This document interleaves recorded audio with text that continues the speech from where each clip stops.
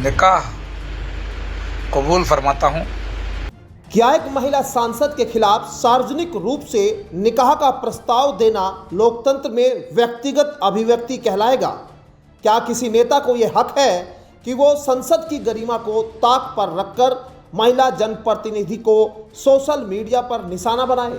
क्या ऐसे बयानों पर खामोशी एक सोची समझी साजिश है या सरकार की नाकामी? दरअसल उत्तर प्रदेश के मुरादाबाद से उठी ये आग अब पूरे राजनीतिक गलियारे में गूंज रही है। समाजवादी पार्टी की सांसद इकरा हसन पर करनी सेना के राष्ट्रीय उपाध्यक्ष ठाकुर योगेंद्र सिंह राणा के विवादित और आपत्तिजनक बयान ने एक बार फिर से सियासी और सामाजिक मर्यादाओं पर बड़ा सवाल खड़ा कर दिया है।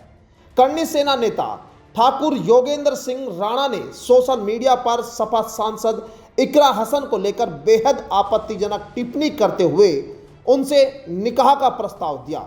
उन्होंने यह तक कह दिया कि उन्होंने इस प्रस्ताव के लिए अपनी पत्नी से अनुमति ले ली है और वह इकरा को नमाज पढ़ने की भी इजाज़त देंगे, बस शर्त यह है कि ओवैसी बंधु उन्हें जीजा कहे। इस बयान को सुनकर जहां आम लोगों में आक्रोश है, वहीं विपक्षी पार्टियों और सामाजिक संगठनों ने इसे महिला अस्मिता पर सीधा हमला बताया है। हालांकि विवाद बढ़ने के बाद राणा ने अपने सोशल मीडिया से वह पोस्ट तो हटा दिया, मगर उनका रुख अब भी अड़ियल बना हुआ है। पहले बयान सुनिए, उसके बाद रिपोर्ट दिखाते हैं। सभी हिंदू भाइयों को जय श्री राम और मुस्लिम भाइयों को अस्सलाम वालेकुम व रहमतुल्लाहि व बरकातहू। नहमदुहु नुसल्ली अल्ला रसूलिहिल करीम, अम्मा बाद। बिस्मिल्लाहिर्रहमानिर्रहीम।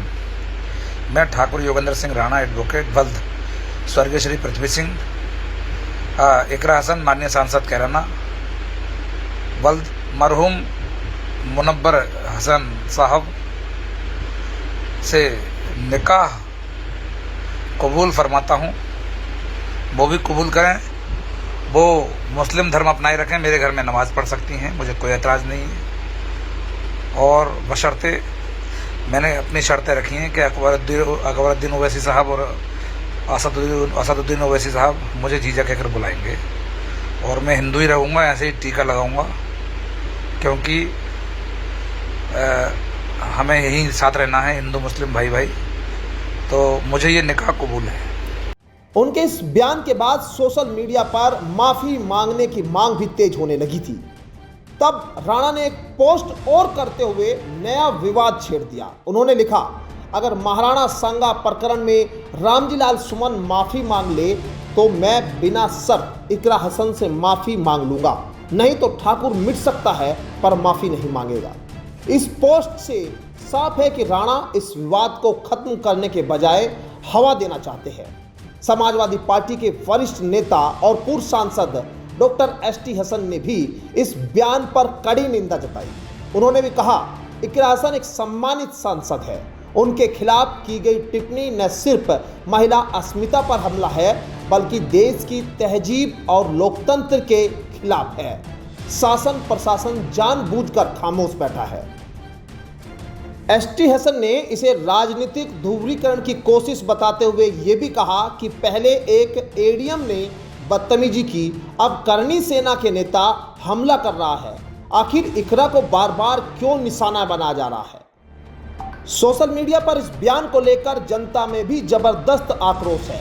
कई यूजर्स ने सवाल किया है कि क्या किसी पुरुष सांसद के साथ ऐसा व्यवहार किया जा सकता था, और अगर नहीं तो महिला सांसदों के लिए ये दोहरा मापदंड क्यों है? वहीं इस मुद्दे पर राजनीतिक जानकारों का मानना है कि इस तरह के बयान महज प्रसिद्धि पाने का तरीका नहीं बल्कि राजनीतिक ध्रुवीकरण की एक रणनीति भी हो सकती है। इकरा हसन एक मुस्लिम महिला सांसद है जो लगातार भाजपा विरोधी रुख अपनाती रही है।